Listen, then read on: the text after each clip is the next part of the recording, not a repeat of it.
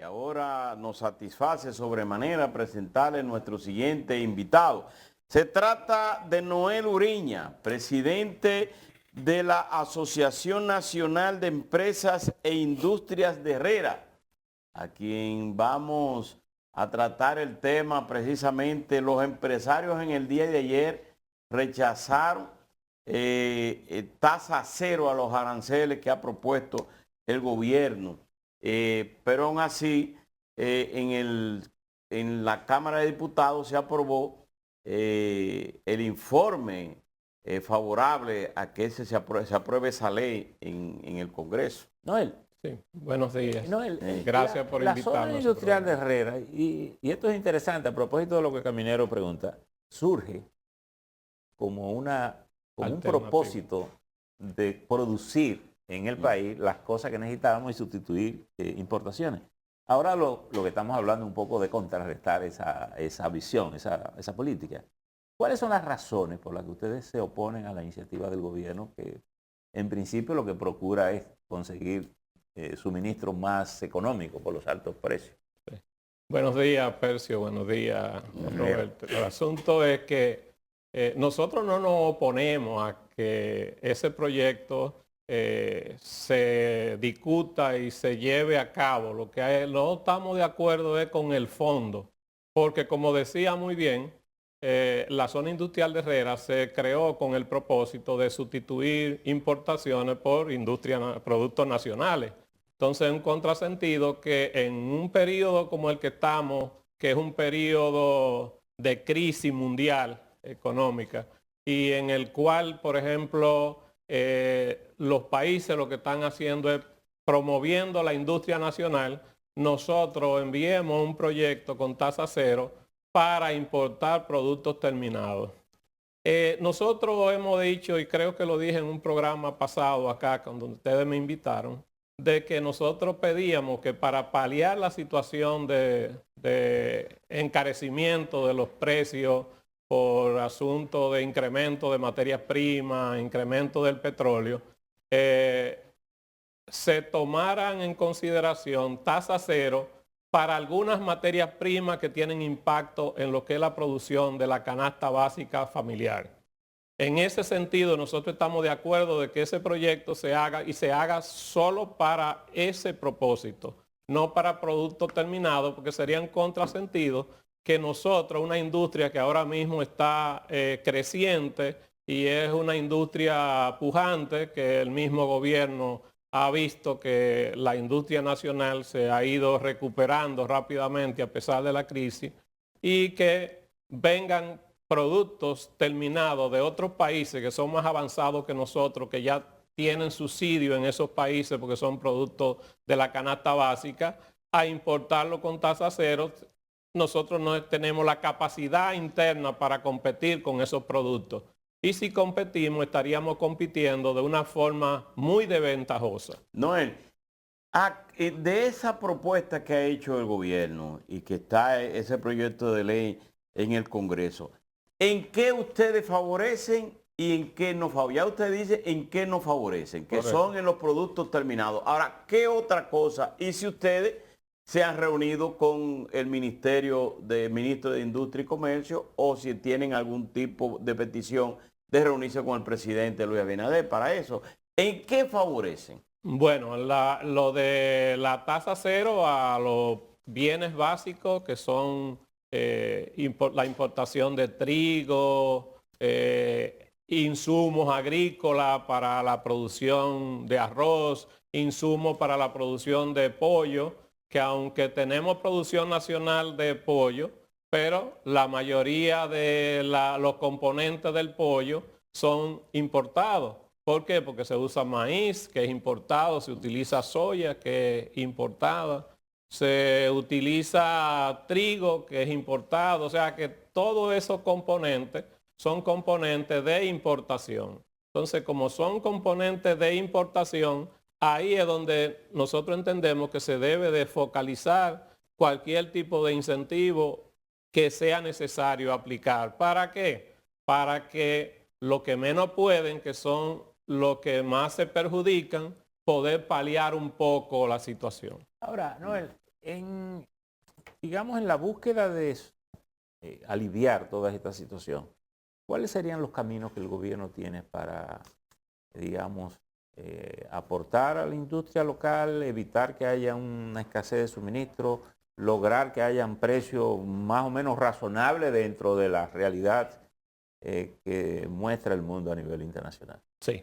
Mira, Percio, nosotros acabamos de pasar una crisis sanitaria muy fuerte, que también como consecuencia también crisis económica. ¿Cuáles fueron los aspectos positivos de la producción nacional? Reconocido por el mismo gobierno de que nosotros no estuvimos escasez de nada de lo que es la canasta básica. De hecho, nosotros salíamos a la calle y veíamos que con todo y pandemia, vendiendo frutas, vegetales, plátanos, pollo, de todo había durante la crisis. Entonces, esa estrategia de reforzar la industria nacional es lo que hay que promover. O sea, es fácil para el gobierno. Entonces, ¿qué es lo que nosotros tenemos que revisar? Revisar los insumos agrícolas. Revisar los componentes que llevan, por ejemplo, en la preparación de la tierra.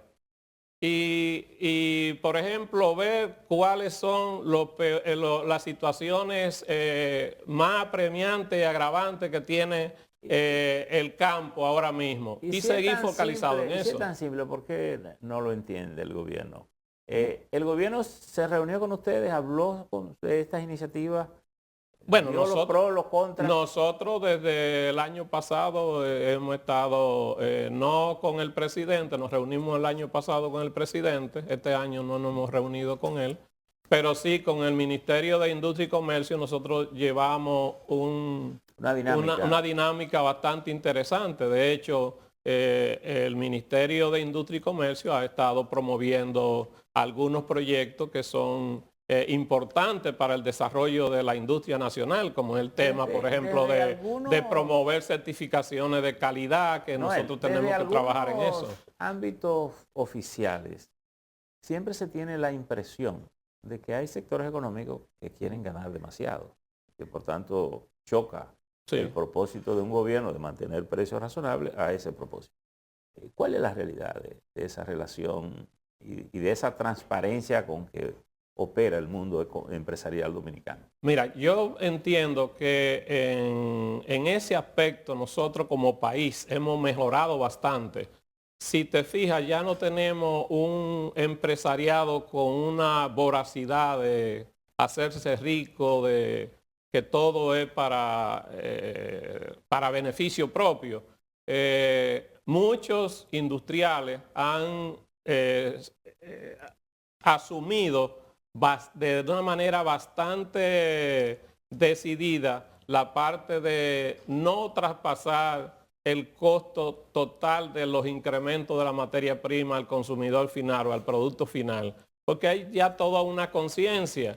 ¿Por qué? Porque el empresario está consciente de que un empresario sin un mercado no es empresario. ¿Por qué? Porque si yo no tengo consumidores, si no tengo usuarios, no importa qué tipo de producto yo tenga, si no tengo mercado para él. Entonces, se ha hecho conciencia en ese sentido y cada vez el industrial dominicano y el productor dominicano está tomando más en cuenta el consumidor final. ¿Qué le parece la iniciativa de gobierno anunciada por el presidente ayer de dedicar 100 millones de pesos para Promipyme y además el programa de Propet de Nene Cabrera, que es de las ventas de productos a bajo precio en los supermercados todos los jueves?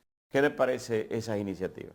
Fabulosa, lo único que eso tiene que estar bien estructurado, con unos objetivos bien específicos y con un plan transparente de que realmente ese dinero vaya a llegar a las pequeñas industrias. Ustedes saben que no es un secreto para nadie, ni es un asunto que compete exclusivamente a la República Dominicana, que el 80 y pico % de las empresas en el mundo entero son pequeñas empresas. Entonces hay que auxiliar a esas pequeñas empresas para que puedan ser competitivas y puedan producir bienes y servicios a precios más razonables. Ahora, con los subsidios que se salen de la producción, que se van, por ejemplo, a la cadena, hay que tener mucho cuidado con eso. Porque yo puedo decir que voy a hacer todo un plan para que llegue, pero yo no soy que produzco. Entonces, Así que pudiera terminar beneficiando a quien no tiene que beneficiar. Entonces hay que tener cuidado con ello. Noel, ayer conversando con el doctor Jorge Subero Isa sobre la situación del país y todo, él advertía al gobierno que esto no era un momento para reforma constitucional, sino para atender temas más serios, problemas más serios.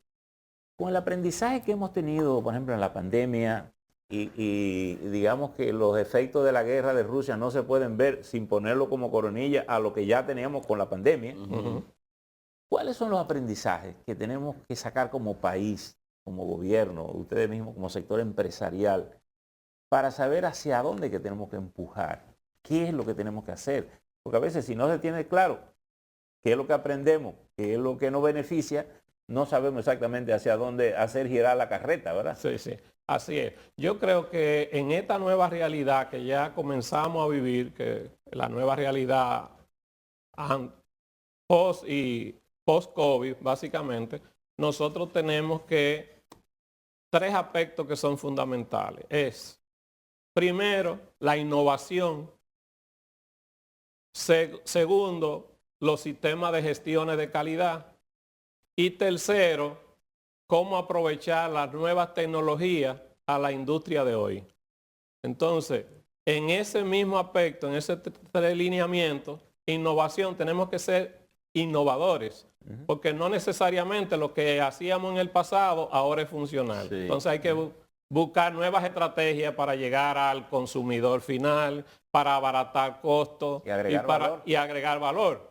Entonces, la otra parte es que ya en el mundo entero, las empresas que no tienen sistemas de gestión de calidad actualizados, pues la gente no confía en los productos o los servicios que fabrica. Bueno, que esa es entonces un poco la idea de la marca país. La idea de la marca país y todo eso que siempre hemos dicho que hay que hacer un programa que incluya no solamente turismo y playa y esas cosas, sino muchos productos que no son productos tan tradicionales, pero que tienen mercado posible en otros sitios. Entonces hay que promover eso. Entonces, desde el punto de vista de la tecnología es que hoy ya existen muchas tecnologías que son aplicables a las industrias. Casi en todas las industrias se puede aplicar tecnología para abaratar costos a través de la tecnología.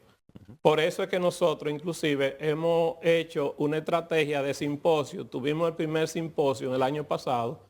Este año tenemos el segundo simposio que es con expositores internacionales que vienen a hablarnos a nosotros sobre innovación, también sobre sistemas de gestión de calidad y también cómo la tecnología puede ayudarnos a nosotros en cualquier sector productivo nacional.